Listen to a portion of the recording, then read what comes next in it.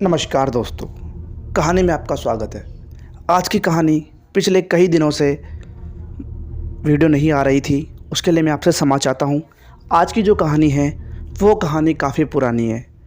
जब हमारा देश भी आज़ाद नहीं हुआ था तब की ये बात थी। एक यूपी का एक गांव था छोटा सा, जहाँ पर अधिकांश लोग गरीब ही हुआ करते थे। वहाँ पर एक परिवार था जो काफ़ी रईस था। उसके अंदर पति पत्नी, दो लड़के और एक लड़की थी। लड़के का नाम श्याम और गोरू था। लड़की का नाम राधा था। राधा करीब करीब 16 साल की थी। उसकी शादी की बात चल रही थी। पूरे गांव के अंदर वही परिवार था जो थोड़ा शाही परिवार था। उनके जानवर भी थे, बग्गी भी थी, अच्छा खासा शाही परिवार था।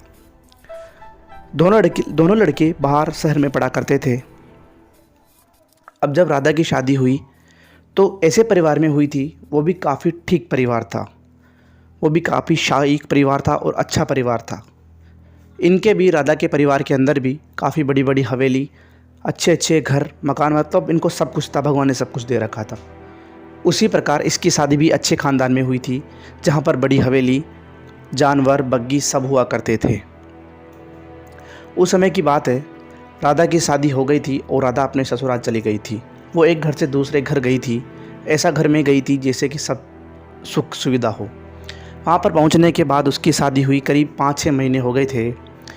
राधा की इच्छा थी कि कोई मेरे घर से आए और यहाँ पर रहे और मिठाई लाए उधर से, क्योंकि दिवाली आ रही थी और उसके दोनों भाई थे, वो भाई दूज के लिए आने वाले थे।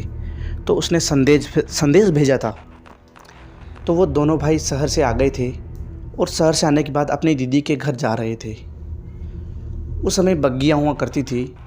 अगर कोई गरीब आदमी था तो बैलगाड़ी से या फिर पैदल ही जाया करता था, और कोई अमीर आदमी था वो बग्गी से जाया करता था।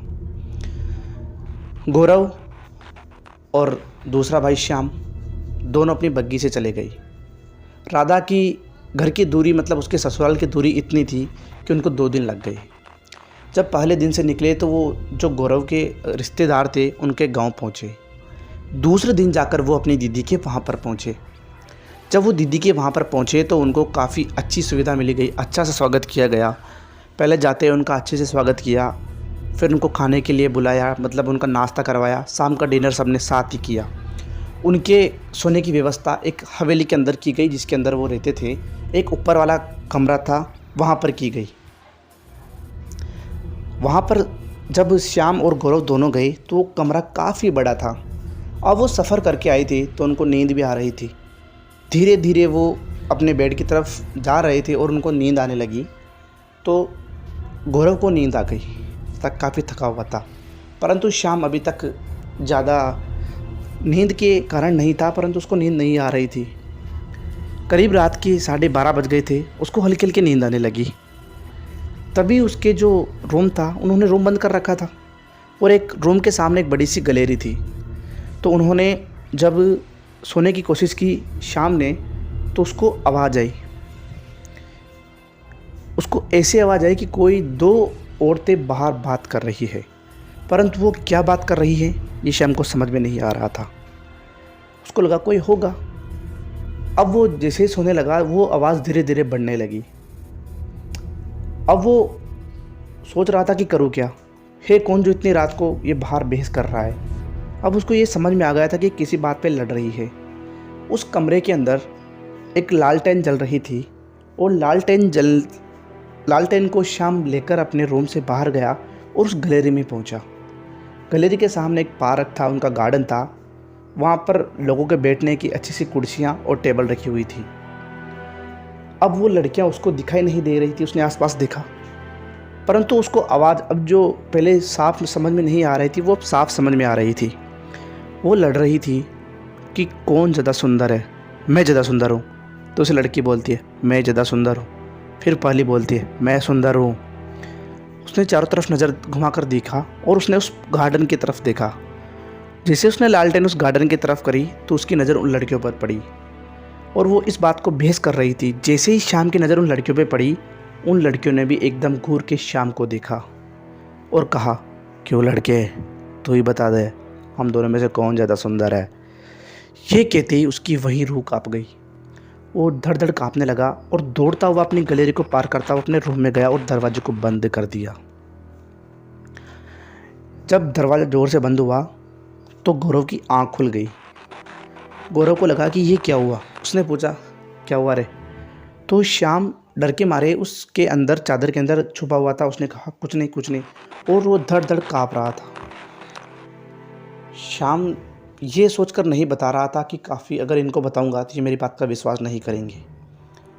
करीब 15 मिनट बाद माहौल शांत हुआ तो फिर श्याम ने गौरव को बताया कि मैं बाहर गया था और 2 लड़कियां मेरे को ऐसे दिखी और वो इतनी भयानक थी कि हद से बाहर, क्योंकि वो जिस बात पर बहस कर रही थी वो ये से कह रही थी कि मैं सुंदर हूँ, दूसरे बोलते हैं मैं सुंदर हूँ।